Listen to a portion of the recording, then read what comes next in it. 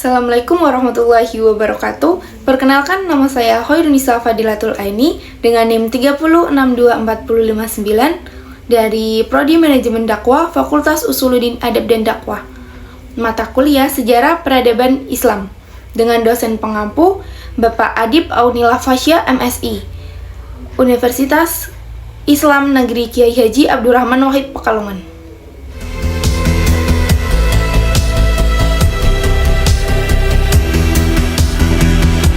Pada video kali ini, saya akan membahas tentang sejarah peradaban Islam pada masa Khalifah Umar bin Khattab, yang dimana video ini untuk memenuhi tugas ujian tengah semester pada mata kuliah Sejarah Peradaban Islam. Umar bin Khattab termasuk orang yang paling awal masuk ke dalam Islam, yang disebut dengan As-Sabiqunal Awwalun. Sejak masuk Islam, Umarlah yang memprakarsai era keterbukaan dalam dakwah. Keberanian Umar bin Khattab memisahkan antara kebenaran dan kebatilan dan membuatnya dijuluki Al-Faruq. Sementara pada masa jahiliyah, Umar termasuk orang yang berpengaruh dalam Quraisy. Beliau sering diutus untuk menjadi duta bagi suku-suku Quraisy yang berselisih. Pada masa Khalifah Abu Bakar As-Siddiq, Umar bin Khattab merupakan orang yang paling dekat atau sahabat dan penasihat Abu Bakar As-Siddiq. Ia dijuluki sebagai Khalifah Rasulullah, artinya pengganti dari pengganti Rasulullah. Namun akhirnya julukan ini berubah menjadi Amirul Mukminin. Tidak seperti pada masa Abu Bakar As-Siddiq yang terjadi masalah stabilitas politik atau keberlanjutan agama akibat banyaknya gerakan murtad dan munculnya nabi palsu. Pada masa Umar bin Khattab, kondisi politik dalam negeri jauh lebih stabil dan aman. Hal ini karena keberhasilan khalifah sebelumnya mengatasi masalah tersebut melalui gerakan militer, yang akhirnya membuat keadaan Jazirah Arab bersatu di bawah Khalifah Abu Bakar, dan keadaan ini berlanjut di masa Umar bin Khattab.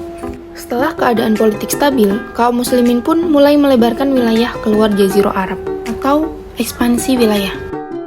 Ekspansi pertama dilakukan ke arah utara, yaitu di perbatasan antara Kekaisaran Byzantium dengan Kekaisaran Persia, yang sekarang adalah wilayah Syam dan Mesopotamia.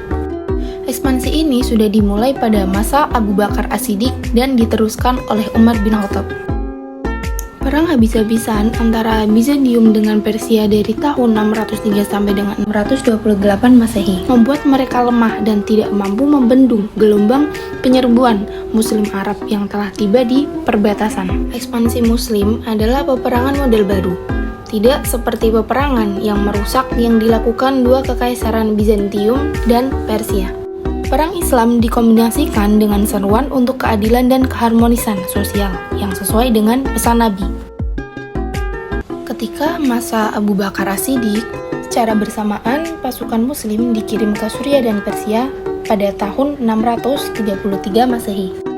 Khalid bin Walid memimpin pasukan ke arah Persia, sedangkan Yazid bin Abu Sufyan dikirim ke Syam dan berhasil menaklukkan kekuatan Bizantium di Syam. Ekspedisi ini berlangsung sejak masa Abu Bakar hingga masa Khalifah Umar bin Khattab. Dalam ekspedisi ini, Khalifah memfokuskan penyerbuannya ke Syam, di mana pasukan Khalid yang sedang memerangi Persia diperintahkan untuk membantu pasukan yang ada di Syam. Pasukan gabungan Muslim bertemu dengan pasukan Bizantium dalam perang Ajnadain yang berlangsung 30 km dari barat Yerusalem. Pasukan Muslim berhasil memukul mundur pasukan Romawi yang dipimpin saudara kaisar sendiri. Pasukan Bizantium yang tersisa merengsek ke kota Yerusalem, Kaisaria dan Gaza yang sudah dibentengi dengan baik. Maka pasukan Muslimin yang menang dapat menguasai wilayah pedalaman Palestina. Lalu pasukan Muslim di bawah komando Khalid bin Walid bergerak ke utara dan mengepung kota Damaskus, yang akhirnya jatuh pada September 635 Masehi. Kemudian dibuatlah perjanjian dengan penduduk setempat, dengan tujuan untuk memenangkan ketakutan penduduk setempat. Dalam perjanjian tersebut, Umar menjanjikan bahwa hidup, harta, dan agama mereka akan dilindungi dari gangguan selama membayar jizyah atau upeti kepada pemerintahan Islam. Kehilangan Damaskus menyebabkan Kaisar Bizantium mengumpulkan kekuatan yang besar. pasukan Heraklius menyusul pasukan Muslim ke Yarmouk pada musim panas tahun 636 Masehi. Pasukan Bizantium jauh lebih banyak dan lengkap persenjataannya. Namun pasukan Muslimin sudah biasa berperang di medan yang sulit. Dengan mengejutkan, berhasil mengalahkan pasukan Bizantium yang menurut riwayat Tobari, jumlah pasukan Muslimin sebanyak 24.000, melawan 200.000 pasukan Bizantium. Pasukan Heraklius dipaksa mengakui kekalahannya di Yarmouk. Kota-kota di seluruh Syam satu persatu jatuh ke tangan Muslimin. Semuanya mendapatkan perjanjian seperti halnya di Damaskus. Pada tahun 638 Masehi, penaklukan Syam selesai.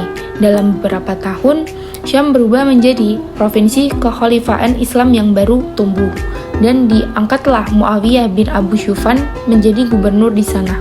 Bagi Kekaisaran Bizantium, kehilangan Syam ibarat menjadi kartu domino pertama yang jatuh pada akhir kemunduran penerus Kekaisaran Romawi tersebut.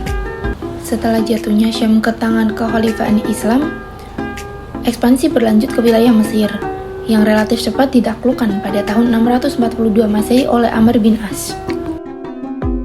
Dalam kisah peperangan di Syam, terdapat cerita menarik, yaitu pencopotan Khalid bin Walid sebagai panglima tertinggi oleh Khalifah Umar bin Khattab dan digantikan oleh Ubaidah bin Jarrah. Pencopotan Khalid bin Walid ini sangat mengejutkan bagi kaum muslimin. Namun Khalifah Umar bin Khattab memiliki alasan yang luar biasa, di mana Umar berniat mengingatkan pasukan Islam bahwa Allah lah yang menjadi penyebab kemenangan mereka, bukan Khalid. Khalid merupakan jenderal perang yang belum pernah terkalahkan selama mengikuti peperangan. Selain itu, ketika penaklukan Yerusalem, Uskup Agung Sopronus, seorang Arab Kristen yang menjadi salah satu tokoh terkemuka gereja Yunani di Yerusalem, menolak menyerahkan Yerusalem kecuali langsung oleh Umar bin Khattab. Mendengar kabar tersebut, Umar bin Khattab berangkat dari Madinah ke Yerusalem. Umar bin Khattab berangkat dengan berkendara keledai dan ditemani pengawal. Sopronus kaget dan takjub melihat Umar bin Khattab, salah satu penguasa besar di muka bumi kala itu, hanya mengenakan pakaian sederhana yang tidak berbeda jauh dengan pengawalnya. Umar bin Khattab diajak mengelilingi Yerusalem. Ketika waktu sholat telah tiba, Sopronus mempersilahkan Umar sholat di gereja, namun Umar menolaknya. Umar khawatir kalau seandainya ia sholat di gereja tersebut, umat Islam akan merubah gereja menjadi masjid. Kemudian Umar sholat di luar gereja. Lalu tempat ia sholat, dibangunlah Masjid Umar bin Khattab. Setelah Syam jatuh, fokus perhatian Khalifah kembali ke Kekaisaran Sasanid atau Kekaisaran Persia yang hampir terlupakan sejak Khalid bin Walid diperintahkan memindahkan pasukan ke Syam. Umar menunjukkan Sa'ad bin Abi Waqqas untuk memimpin pasukan Muslim ke Mesopotamia tersebut. Meskipun awalnya mengalami kekalahan akibat tak mampu menghadapi pasukan gajah, bala tentara Sa'ad bin Abi Waqqas mampu mengalahkan pasukan Persia. Pada perang Qadisiyah pada akhir tahun 636 Masehi, perang ini membawa rampasan yang banyak ke Madinah untuk dibagikan sesuai dengan hukum Islam. Perang ini juga membuahkan kekalahan sementara bagi pasukan Sasanid. Setelah pertempuran ini, pasukan Muslim terus mendesak masuk dengan cepat sampai ke ibu kota Persia, yaitu Madain atau Ctesiphon. Setelah itu, mereka melanjutkan ke arah timur dan mematahkan 2 kali serangan balasan dari pasukan Persia yang pada akhirnya berhasil menghancurkan Kekaisaran Persia dan menjadikannya daerah Muslim sampai dengan saat ini. Masa kekhalifahan Umar bin Khattab patut diperhatikan, bukan hanya karena penaklukan militer yang cepat, melainkan juga pemerintahannya di wilayah taklukan, salah satu aspek paling mengesankan dari penaklukan dan penggabungan ke wilayah Islam adalah tidak merubah kehidupan penduduk di tanah taklukan. Ada 2 perubahan pada penduduk setempat. Pertama, soal kepada siapa mereka membayar upeti, dan sebelumnya penduduk di wilayah taklukan Islam membayar upeti ke Romawi dan pemerintahan Persia. Sekarang mereka membayar upeti ke Madinah sesuai dengan syariat Islam atau biasa disebut dengan jizyah. Jizyah dikhususkan bagi non-muslim yang tinggal di wilayah Islam sebagai ganti rugi atas pelindungan keamanan yang dijamin oleh kekhalifahan Islam. Besaran jizyah tidak jauh lebih tinggi, bahkan lebih kecil dibanding pajak yang harus dibayar ke Romawi atau Persia. Hal inilah yang membuat non-muslim lebih memilih diperintah oleh kekhalifahan Islam dibanding Romawi ataupun Persia. Pada masa Umar bin Khattab ini, kehidupan ekonomi bangsa Arab sangat makmur, khususnya kaum muslimin. Harta rampasan perang dikelola oleh Baitul Mal yang didirikan Khalifah Umar untuk kepentingan umat. Baitul Mal adalah lembaga pengelolaan keuangan pada masanya. Selama 10 tahun 6 bulan 4 hari, memerintah kekhalifahan Islam, Umar bin Khattab telah mengubah negara Islam muda menjadi sebuah kekuatan besar di tanah Arab. Ekspansi cepat dibarengi dengan stabilitas sosial, membuktikan kemampuan Umar bin Khattab sangat luar biasa. Sebagai administrator dan pemimpin, beliau menjadi salah satu penguasa paling berhasil dalam sejarah Islam. Kesuksesannya dalam mengibarkan panji-panji Islam mengundang rasa iri dan dengki di hati musuh-musuhnya. Salah seorang di antara mereka adalah Fairuz atau Abu Lu'lu'ah. Mantan pembantu Bung Khiro bin Zubah ini telah mengakhiri hidupnya dengan cara yang amat tragis. Ia menikam Umar bin Khattab tatkala sedang memimpin sholat subuh pada Rabu 26 Dzulhijjah tahun 23 Hijriah atau bertepatan pada tahun 644 Masehi. Umar bin Khattab wafat pada hari Ahad dalam usia 63 tahun, persis seperti usia Nabi dan Abu Bakar As-Siddiq.